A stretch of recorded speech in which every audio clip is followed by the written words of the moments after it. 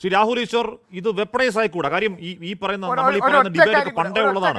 1950 ഭരണഘടനാ അസംബ്ലി രാജേന്ദ്ര പ്രസാദ് നിർദ്ദേശം ഒക്കെ ഉള്ളതാണ്. അത് അന്നേ പറഞ്ഞതാണ്. ഗാന്ധി സുഭാഷ് ചന്ദ്രബോസ്, ടാഗോർ അടക്കം പറഞ്ഞാണ് ഇതൊരു ഡിവോഷണൽ സോങ് ആണെന്ന് പറഞ്ഞ് തീർപ്പാക്കിയ സാധനത്തിനെ വീണ്ടും എടുത്തുകൊണ്ട് വെപ്പണൈസ് ചെയ്യാൻ നോക്കിയാൽ അതിന് ഏത് രീതിയിൽ ചേർക്കണം രാഹുൽ?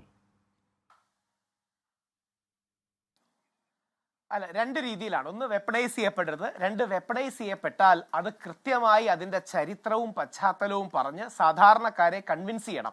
യോജിപ്പിന്റെ മേഖല കൊണ്ടുവരണം. ഒരു ആയുധത്തിനെ ആയുധം കൊണ്ട് എതിർക്കാൻ കഴിയില്ല. അതായത് ഹാഷ്മി തുടങ്ങിയ ഇൻട്രോ ഗംഭീരമാണ്. അഹിംസോ പരമോ ധർമാൻ.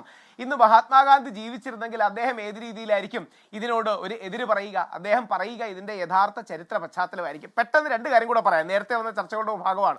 മോദിജി മുതൽ ജയേന്ദ്ര ഭാഷും ഞാനും അടക്കമുള്ള സാധാരണക്കാർ അഭിമാനത്തോടെ പറയുന്ന ഭാരത് മാതാ കി ജയ് അതൊരു മുസ്ലിം സഹോദരനായ അസീമുള്ള ഖാൻ, നാനാ സാഹേബിന്റെ അസോസിയേറ്റ് ആയ അസീമുള്ള ഖാൻ, നാനാ സാഹിബിന്റെ പ്രധാനമന്ത്രിയായിരുന്നു അസീമുള്ള ഖാൻ, അസീമുള്ള ഖാന്റെ കോൺട്രിബ്യൂഷനാണ്. രാഹുൽ ഗാന്ധി മുതൽ നമ്മുടെ രാജു പി നായർ സാറും ഞാനടക്കമുള്ള സാധാരണക്കാർ ഇഷ്ടപ്പെടുന്ന ജയ് ഹിന്ദ് ഉണ്ട്. കൂടുതൽ നമ്മുടെ പ്രധാനമന്ത്രിമാരെല്ലാം പറയുന്നത് ജയ് ഹിന്ദാണ്.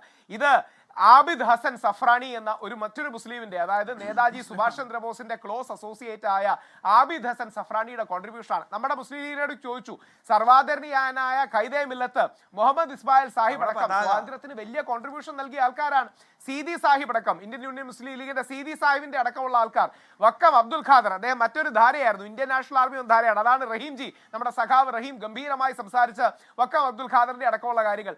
അല്ലെങ്കിൽ ആലി മുസ്ലിയാർ ആ കാലത്ത് കുറെയെങ്കിലും സമവായം ഉണ്ടാക്കാൻ വളരെ ശക്തമായി ശ്രമിച്ച ആൾക്കാരാണ്. അപ്പോൾ ഈ സമവായത്തിന്റെ പോയിന്റുകൾ പറഞ്ഞതുകൊണ്ട് ഒരുമിച്ച് ആൾക്കാരെ കൊണ്ടുവരാൻ ശ്രമിച്ചില്ലെങ്കിൽ ആയുധത്തെ ആയുധം കൊണ്ട് തോൽപ്പിക്കാൻ കഴിയില്ല, അഹിംസ കൊണ്ടേ തോൽപ്പിക്കാൻ കഴിയും. അത് തന്നെയാണ്. എന്തായാലും ആ സമവായത്തിന്റെയും സമന്വയത്തിന്റെയും ഭാഷ കൈവിടട്ടെ, പ്രത്യേകിച്ച് സ്വാതന്ത്ര്യ സമര സമയത്തിലെങ്കിലും. എന്തായാലും ഒരു മുദ്രാവാക്യം, അത് രാഷ്ട്രത്തിന്റെ മുദ്രാവാക്യമാണ്. ലോകാ സമസ്ത സുഖിനോ ഭവന്തു എന്ന ആപ്തവാക്യം എടുക്കുന്ന രാജ്യത്തിന്റെ പ്രധാനപ്പെട്ട മുദ്രാവാക്യം അഹിംസ പരമോ ധർമ്മ എന്നുള്ളത് തന്നെയാണ്. അല്ലാതെ അക്രമത്തിന്റെയോ അഹിംസയുടെയോ അല്ലെങ്കിൽ ഹിംസാത്മക രാഷ്ട്രീയത്തിന്റെയോ അല്ല എന്ന് മാത്രം ഓർമ്മിപ്പിക്കുന്നു.